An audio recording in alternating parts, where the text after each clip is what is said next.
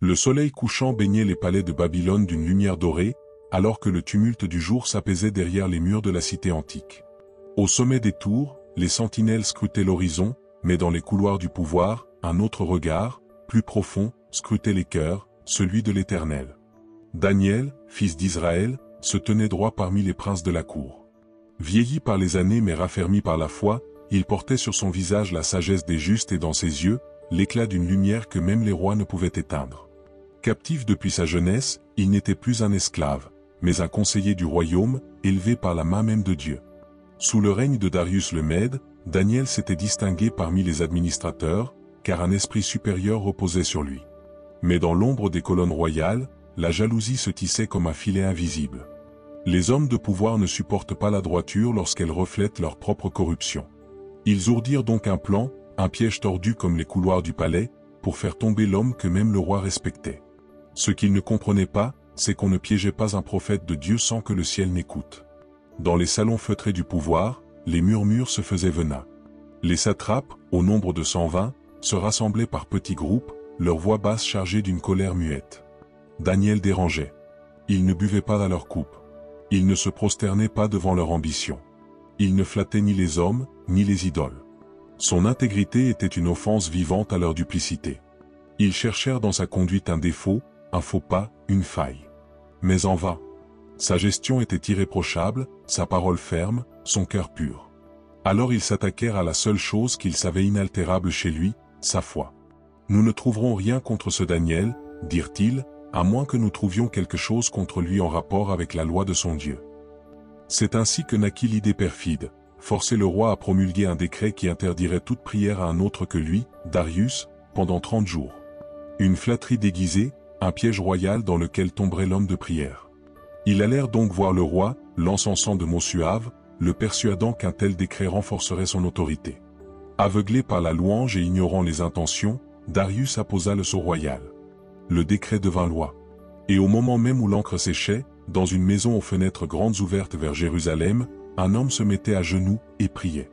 3 fois par jour, comme les battements d'un cœur fidèle, Daniel ouvrait ses fenêtres vers Jérusalem. Non pas vers Babylone la puissante, non vers Darius le Grand, mais vers la ville sainte, la promesse de Dieu, le foyer d'un peuple dispersé. C'était là que montaient ses prières, tissées de louanges, de supplications et de confiance. Le décret ne l'avait pas fait trembler. Il n'avait ni fermé ses fenêtres, ni chuchoté ses prières. Car ce n'était pas pour les hommes qu'il priait, mais pour celui qui règne au-dessus des rois. Et là, à genoux, les bras levés vers le ciel, il prononça le nom que les conspirateurs haïssaient sans comprendre. Le nom qui ouvre les mers, qui fait trembler les montagnes, qui ferme la gueule des lions. Ils le surprirent. Oh, ils le voulaient ainsi, en prière, exposé, fidèle. Ce fut leur triomphe, leur moment de victoire. Ils accoururent au roi, leur langue empoisonnée d'un zèle hypocrite. « Ô roi Darius, n'as-tu pas signé un décret ?» demandèrent-ils avec un sourire fin. « Oui, répondit le roi.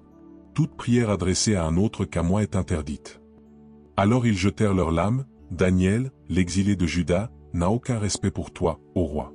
3 fois par jour, il prie son Dieu. Et tout à coup, le roi comprit. Il vit la ruse.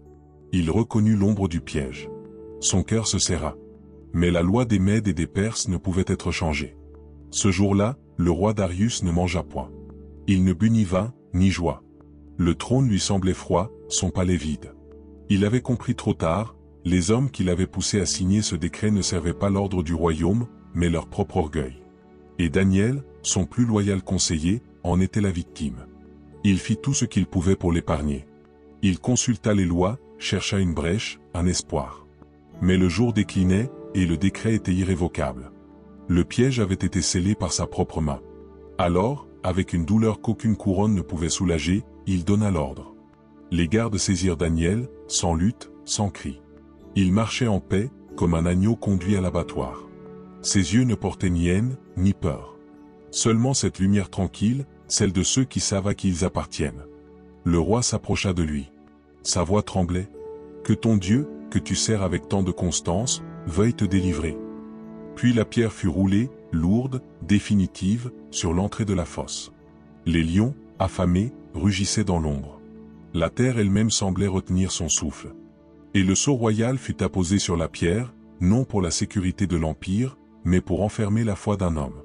Mais ce que personne ne savait, c'est que la foi ne se scelle pas sous une pierre, pas plus qu'elle ne se noie dans une fosse. Elle monte, elle touche le ciel, et le ciel répond. La nuit tomba comme un manteau d'encre sur Babylone, mais dans les profondeurs de la terre, là où nul homme ne vit, un miracle était sur le point de s'accomplir. Dans la fosse, les lions tournaient, leurs muscles tendus, leurs crocs acérés luisant à la lumière mourante. Ils étaient les instruments d'un jugement humain, mais un ordre supérieur venait d'être donné. L'Éternel avait parlé. Et soudain, une paix étrange s'abattit sur les fauves. Les mâchoires se refermèrent sans mordre. Leurs yeux de feu se calmèrent. Un ange, envoyé du ciel, s'était dressé entre Daniel et la mort. Invisible aux hommes, mais redoutable aux bêtes. Daniel était resté debout un instant, puis s'était assis, appuyé contre la paroi froide.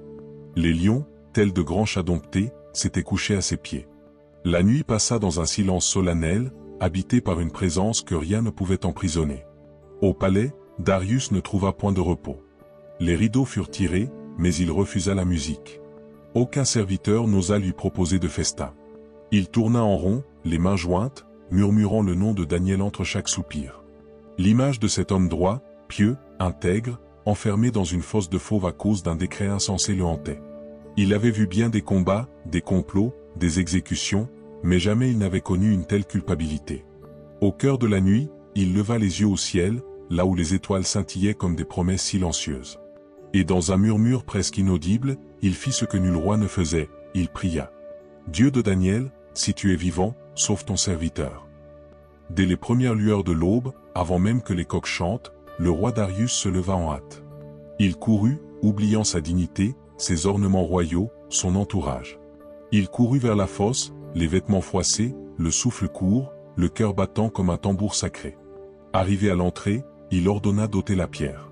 La poussière retomba lentement, et un silence s'installa.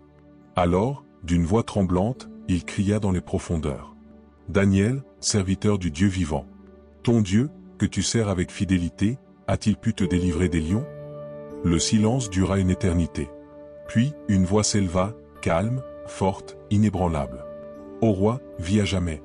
Mon Dieu a envoyé son ange et fermé la gueule des lions. Ils ne m'ont point fait de mal, car j'ai été trouvé innocent devant lui, et aussi devant toi. » Darius chancela. Il leva les bras au ciel. Les larmes jaillirent de ses yeux. Il rit et pleura à la fois. Le Dieu de Daniel était vivant. Daniel fut tiré de la fosse, et aucun mal ne fut trouvé sur lui. Pas une égratignure. Pas une morsure. Il se tenait là, devant les princes et les gardes, tel un témoin vivant de la puissance divine.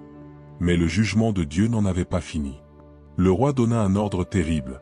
Ceux qui avaient accusé Daniel, eux et leurs familles, furent jetés dans la fosse. Et avant même qu'ils n'atteignent le sol, les lions, affamés toute la nuit, les saisirent et les broyèrent. Justice fut faite. Mais plus encore, un décret fut proclamé dans tout l'empire. Paix et prospérité. J'ordonne que dans tout le royaume, on craigne et respecte le Dieu de Daniel, car il est le Dieu vivant, il subsiste éternellement, et son règne ne sera jamais détruit. Et Daniel prospéra sous le règne de Darius et sous celui de Cyrus, roi de Perse. Sa foi avait ouvert la gueule des lions et ouvert les yeux d'un empire entier. Ce qui s'était passé dans la fosse ne pouvait être raconté que par Daniel.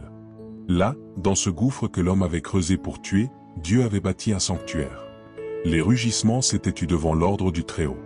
Le fauve, symbole de la terreur, avait courbé l'échine devant le souffle d'un ange. Daniel, seul mais jamais abandonné, s'était tenu en prière toute la nuit. Il ne suppliait pas la délivrance, il louait. Il ne craignait pas la mort, il adorait.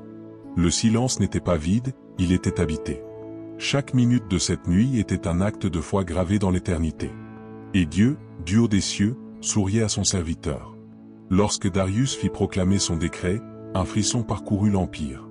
Ce n'était plus un roi qui s'exaltait, mais un homme transformé. Il parlait d'un Dieu vivant, d'un règne éternel, d'un pouvoir qui dépasse les lois des hommes. Dans les provinces lointaines, les scribes recopiaient ce décret avec étonnement. Qui était ce Daniel? Quel Dieu pouvait-il servir avec une telle force, au point que même les lions l'épargnent? De bouche en bouche, le nom de l'Éternel franchit les murailles païennes. La foi d'un seul homme, fidèle dans l'ombre, avait semé le nom de Dieu dans les cours païennes de l'Empire. Lorsque Daniel sortit de la fosse, ses yeux avaient vu la mort et la gloire. Il retourna dans ses appartements comme un roi revenu de la guerre. Les serviteurs s'inclinaient plus bas. Les satrapes baissaient les yeux. Même ceux qui ne l'aimaient pas ne pouvaient nier, une puissance surnaturelle reposait sur lui. Mais Daniel ne s'en glorifia point. Il retourna dans sa chambre, ouvrit ses fenêtres vers Jérusalem, et se remit à genoux. Toujours la même prière. Toujours la même fidélité. Car ce n'était pas la fosse qui avait fait de lui un homme de foi, c'est la foi qu'il avait gardée dans la fosse. L'histoire de Daniel dans la fosse aux lions n'est pas une fable pour enfants. C'est un chant de feu pour les cœurs de vérité. C'est le récit d'un homme qui, dans un monde corrompu, n'a jamais plié le genou devant autre chose que son Dieu. Il aurait pu fuir, dissimuler, se taire. Mais il a choisi la fidélité plutôt que la sécurité. Et dans ce choix, il a trouvé la main de Dieu. Ce récit est un appel lancé à chaque génération, ose être fidèle. Ose prier, même quand c'est interdit. Ose croire, même dans la fosse. Car le Dieu de Daniel n'a pas changé. Il est encore aujourd'hui celui qui ferme la gueule des lions. Quand Dieu regarde la terre, il ne cherche pas des foules. Il cherche des fidèles. Il cherche des Daniel. Dans les palais où les hommes s'élèvent eux-mêmes, Daniel s'humiliait. Là où les puissants criaient, il murmurait au ciel. Et le ciel l'entendait. Ce que les autres voyaient comme une faiblesse, prier, s'agenouiller, refuser les compromis, Dieu le voyait comme une force plus grande que l'armée des Mèdes. Il n'avait ni épée ni armée. Il n'avait pas de voix au Sénat, pas de faction à la cour. Mais il avait Dieu. Et cela suffisait. Après la fosse, Daniel devint un emblème vivant de la foi. Non par ambition, mais par obéissance. Chaque fois qu'il entrait dans une pièce, le silence tombait. Les gens se souvenaient. De la fosse. Des lions. Du miracle. Mais Daniel n'en tirait aucun honneur pour lui-même. Il renvoyait tout au ciel. Il ne parlait pas de lui. Il parlait de celui qui délivre. Son témoignage parlait plus fort que tous les discours. Il était une preuve vivante que Dieu n'est pas seulement celui d'Abraham et de Moïse, mais aussi celui qui agit aujourd'hui, même au cœur de l'exil. Et plus encore, qu'il est fidèle à ceux qui lui sont fidèles. Cette nuit dans la fosse n'avait pas seulement été une délivrance miraculeuse. Elle avait été une forge. Un feu invisible dans lequel Dieu façonnait son serviteur pour les révélations plus grandes à venir. Car Daniel ne s'arrêta pas à ce miracle. Des visions lui furent données. Des songes de bêtes, de royaumes, d'empires à venir. Il vit des choses que nul autre ne comprenait, et que des siècles plus tard, les sages méditeraient encore.